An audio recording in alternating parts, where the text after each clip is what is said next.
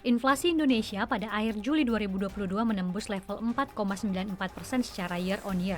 Pada beberapa daerah, inflasi melejit hingga di atas 8%.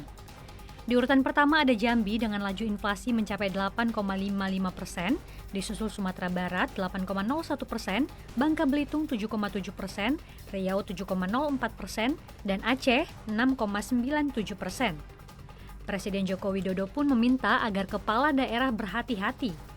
Jokowi menegaskan kepala daerah harus betul-betul mengerti detail posisi inflasi dan angka daerahnya. Oleh karena itu, kepala daerah harus bekerja lebih keras agar inflasi bisa diturunkan ke bawah level 5%. Inflasi penting karena menyangkut perut orang banyak. Tak hanya itu, demi meredam inflasi, Jokowi pun meminta kepada Pemda yang daerahnya kekurangan untuk mencari sumber pangan yang melimpah dari daerah lain dan dapat digunakan anggaran tak terduga untuk menutupi biaya transportasi dan distribusi bahan pokok. Pada Pemda, Jokowi juga mengingatkan agar mereka tidak hanya melakukan kerja rutin.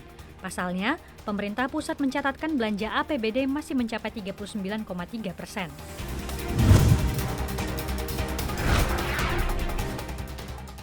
Bank Indonesia memastikan tidak buru-buru menaikkan suku bunga acuan, meski inflasi sudah berada di level 4,94% year on year dan inflasi inti mencapai 2,86%.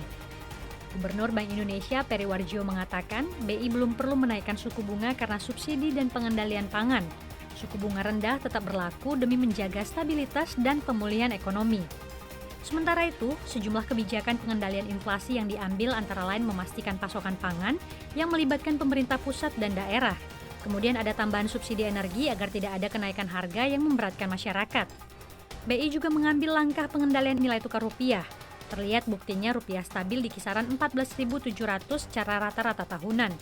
Depresiasi rupiah sejak awal tahun cenderung kecil, yaitu 3,5%.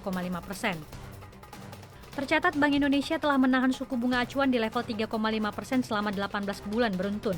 Suku bunga ini pun berada level yang terendah sepanjang sejarah.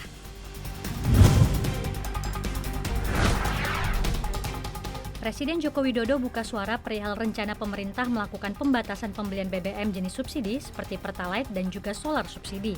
Ada 3 skema yang sedang dibahas, antara lain pertama, pembatasan berdasarkan besaran kriteria kubikel sentimeter atau cc kendaraan.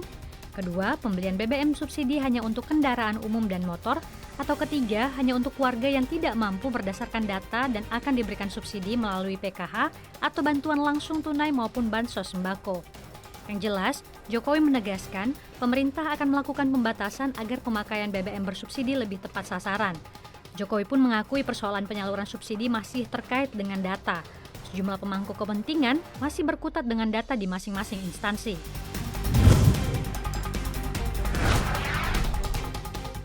Bank Indonesia resmi merilis uang rupiah kertas baru tahun emisi 2022. 7 pecahan uang kertas baru ini sah menjadi alat pembayaran di seluruh wilayah Indonesia.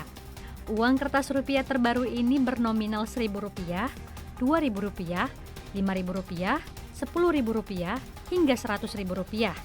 Uang baru ini pun tetap mempertahankan gambar utama pahlawan nasional pada bagian depan dan tema kebudayaan Indonesia pada bagian belakang.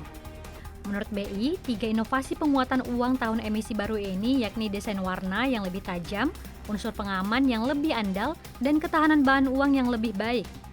Inovasi tersebut dibuat agar uang rupiah semakin mudah dikenali ciri keasliannya, nyaman, dan aman untuk digunakan, serta lebih sulit untuk dipalsukan. Sementara itu, pengeluaran uang tahun emisi 2022 tidak memiliki dampak pencabutan atau penarikan uang rupiah yang telah dikeluarkan sebelumnya.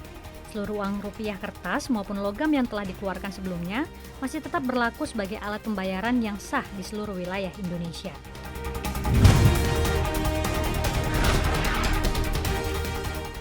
Inflasi Inggris di bulan Juli kembali menanjak hingga menyentuh level 10,1% secara tahunan.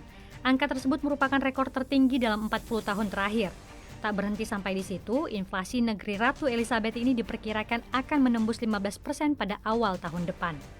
Laju inflasi di bulan Juli lalu jauh melebihi ekspektasi pasar yang memperkirakan hanya mencapai 9,8%. Sementara itu, inflasi inti dikurangi inflasi makanan dan energi tercatat 6,2% pada Juli atau naik dibandingkan 5,8% pada Juni. Kantor Nasional Statistik Inggris menjelaskan, 9 dari 12 kategori pengeluaran mengalami lonjakan inflasi.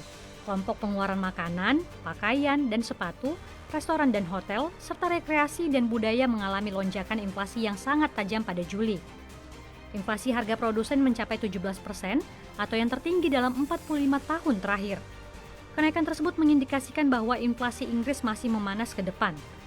Bank Sentral Inggris pada awal Agustus lalu memperkirakan inflasi Inggris akan mencapai puncaknya pada Oktober mendatang, yakni di kisaran 13%, di mana harga energi menjadi pendongkrak inflasi Inggris ke depan.